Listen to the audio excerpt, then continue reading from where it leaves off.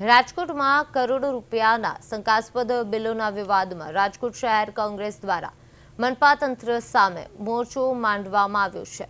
આજે શહેર કોંગ્રેસના હોદ્દેદારો અને કાર્યકરોએ મહાનગરપાલિકા ખાતે પહોંચીને તપાસ કમિટીના અધ્યક્ષ DMCK નંદાણીને એક ઉગ્ર આવેદનપત્ર પાઠવ્યું હતું।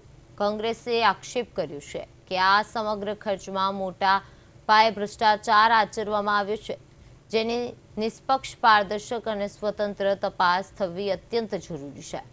કોંગ્રેસે આ તપાસ કમિટીની રચના સામે જે આકરા પ્રહારો કરતા તેને બિલાડીને દૂધના રખોપા સોંપવા સમાન ગણાવ્યું છે। મનપાના જ અધિકારીઓ અને પદાધિકારીઓ આ કૌભાંડ પર ઠંડુ પાણી રેડી દેશે તેવી આશંકા સાથે કોંગ્રેસે આ મામલે નિવૃત્ત ન્યાયાધીશના અધ્યક્ષ સ્થાને SITની રચના કરવાની માંગ કરી છે। વિરોધ પ્રદર્શન દરમિયાન કોંગ્રેસના કાર્યકરોએ કમિશનરની બદલી કરી અને ભ્રષ્ટાચારીઓની બદલી કરો ના ગગનભેદી નારા લગાવ્યા હતા અને આવેદનપત્રમાં સ્પષ્ટ માંગ કરવામાં આવી કે જાહેર જનતાના ટેક્સના નાણાંનો કેટલો દુરુપયોગ થયો છે તે વિગતો શ્વેતપત્ર બહાર પાડી જનતા સમક્ષ જાહેર કરવામાં આવે અને જવાબદારો વિરુદ્ધ તાત્કાલિક ફોજદારી ગુનો નોંધવામાં આવે। રાજકોટમાં ડિમોલેશન કરવામાં આવ્યું હતું, ત્યારબાદ છે તે ડિમોલેશનને લઈને છે અનેક વિવાદો છે તે સામે આવી રહ્યા છે। તેમજ ખાસ કરીને વાત કરવામાં આવે તો બિલના લઈને અનેક વિવાદો સામે આવતા જ કહેવાય કે કમિટી છે તે બનાવવામાં આવી છે। ત્યારે આપણી સાથે ડેપ્યુટી કમિશનર સર છે તે જોડાયા છે। સર, કઈ રીતની કમિટી બનાવવામાં આવી છે અને હવે કઈ રીતની તપાસ કરવામાં આવશે?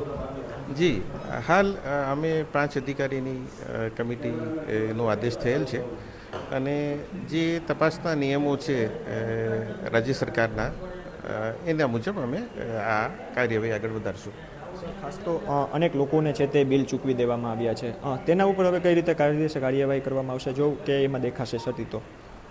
એટલે હું માનું છું અત્યારે કોઈ બી વસ્તુ પ્રિડિક્ટ કરવી એ યોગ્ય નહીં ગણાય, કારણ કે જો તમે મને આ તપાસની બહાર પૂછ્યું હોત કે તપાસ નિમાણી એ પહેલાં પૂછ્યું હોત તો ડેફિનેટલી હું કોઈ ફોર્મલી કે ઇન્ફોર્મલી ટિપ્પણી આપી શકત। હાલ સિન્સ એક મારે રિપોર્ટ આપવાનો છે એટલે હવે કોઈ બી બાબત અત્યારે હું કોમેન્ટ કરું કે ટિપ્પણી આપું એ પ્રિન્સિપલી પણ લીગલી પણ યોગ્ય નથી અને પ્રોફેશનલી પણ યોગ્ય નથી। એટલે હું માનું છું હવે મારે જે બી કરવાનું રહેશે તે રિપોર્ટમાં જ આપવાનું રહેશે। સર, ખાસ કરીને વાત કરીએ પાણીની તો 12.5 લાખ રૂપિયાનું બિલ મૂકવામાં આવ્યું છે, તેના 8 રૂપિયા લેખે ચૂકવવામાં આવ્યા છે, જે માર્કેટમાં ભાવની વાત કરવામાં આવે તો 2.5 થી લઈને 4 રૂપિયા જેવી કંપની ઉપરમાં આવતું હોય છે। તેમજ બીજી તરફ વાત કરવામાં આવે તો ચાની વાત કરીએ તો જે 15 રૂપિયામાં આખા ગામમાં ચા મળે છે તેને 21 રૂપિયા લેખે ભાવ રેટ કોન્ટ્રાક્ટમાં કરવામાં આવ્યા છે અને લોકોને ચૂકવવામાં આવે તો સર આ ક્યાંક ને ક્યાંક એવું નથી લાગતું કે કઈ રીતની કમિટી હવે બનાવશે ને લોકો ભ્રષ્ટાચાર કરતા હશે તો તેના સમક્ષ કેવા પગલાં લેવામાં આવશે? આપણે એક વસ્તુ સમજી લઈએ કે બરાબર છે, ભ્રષ્ટાચાર આ બધી વસ્તુ આપણે બહુ કોમનલી યુઝ કરીએ છીએ, તો જ્યારે ઓફિશિયલી પેપર ઉપર આ બધી વસ્તુ કરવાની હોય ત્યારે ઘણી બધી બાબતો ચકાસીને કરવાની થતી હોય છે, એ કાયદાકીય જવાબદારી પણ છે। એટલે હાલ આ બાબતે સિન્સ આ તપાસ નિમાઈ ગઈ છે એટલે હવે આ બાબતે કોઈ પણ ટિપ્પણી આપી મારા માટે ખરેખર લીગલી બી બાઇન્ડિંગ છે, હું ના કરી શકું અને પ્રોફેશનલી પણ હું ના કરી શકું। સર, ખાસ તો કેટલા દિવસોમાં આ રિપોર્ટ છે તે તૈયાર કરવામાં આવશે અને હવે કઈ રીતે રહેશે તમારું? આ જે તપાસ છે એ એક યુનિક છે, થોડી અલગ છે, કારણ કે મોટાભાગે જે આક્ષેપો હોય છે, આરોપો હોય છે એ અમારી પાસે સ્ટ્રેટ એકત્રિત થયેલ પડ્યા હોય છે। આ જે વિષય છે એમાં અમારી પાસે જે આક્ષેપો છે, આરોપો છે એ અલગ અલગ વિવિધ ફોરમમાં પડેલા છે કે સૌથી પહેલાં તો અમારે એ એકત્રિત કરવાના થશે, પછી એની અમારે ડેફિનેટલી વ્યૂહરચના કરવાની થશે કે આના માટે મારે શું ડોક્યુમેન્ટ જોશે, કઈ વ્યક્તિની મારે જરૂર પડશે કે કઈ સંસ્થાની જરૂર પડશે। સર, કોઈએ કર્યું હોય છે ભ્રષ્ટાચાર તો તેની સમક્ષ છે તે પૈસા પાછા લેવામાં આવશે કે કઈ રીતને આખું કરવામાં આવે?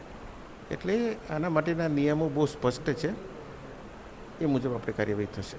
ધન્યવાદ। આ હતા નંદાણીયા સર કે જે કહી રહ્યા છે કે જે પણ હશે તેની સામે કડકમાં કડક પગલાં લેવામાં આવશે અને હવે આગામી દિવસોમાં જોવાનું તે રહેશે કે આમાં ભ્રષ્ટાચાર થયું હોય તો રાજકોટ મહાનગરપાલિકાનું તંત્ર છે તે કઈ એવા પગલાં લે છે તે જોવું રહ્યું। ધનંજય સોનેચા, પ્રદેશ 24।